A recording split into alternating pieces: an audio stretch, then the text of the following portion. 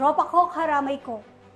Ang tampok sa aktibidad ng 602 Company ng Regional Mobile Force Battalion 6 matapos tulungan ang kanilang 7 member na labis na naapektuhan ng nagdaang bagyo.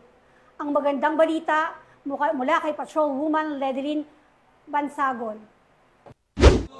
Salamat, 602nd Family! Bilang pagpapakita ng tunay na pagkakaisa at tapat na paglilingkod, nagsagawa ang mga tauhan ng Regional Mobile Force Battalion 6, 602nd Company sa ilalim ng pangangasiwa ni Police Captain Roy C. Compe, Officer in Charge, ng espesyal na inisyatiba na may temang Tropa Ko, Karamay Ko, na ginanap nito lamang ika-18 ng Nobyembre taong kasalukuyan. Layunin ng proyekto na maghatid ng agarang suporta sa mga kasamahang matinding na apektuhan ng Bagyong Tino. Nais nitong maibsan kahit paano ang bigat ng kanilang pinagdaraanan matapos ang matinding kalamidad. Sa inisyatibang ito, 7 personnel na tinamaan ng kalamidad ang nakatanggap ng mahigit 8,500 cash bilang mabilisang tulong pinansyal upang makatulong sa muling pagbangon ng kanilang mga pamilya. Naisa katuparan ng nasabing proyekto sa pamamagitan ng voluntaryong pag-ambag ng bawat kasapi ng 602nd Company na nagpatunay ng kanilang disiplina, malasakit at pagkakaisa para sa mga kasamahan na nangangailangan. Bagamat hindi nito lubusang maalis ang bigat ng pinsalang iniwan ng bagyo, nagsisilbi itong patunay na may mga kamay na handang umalalay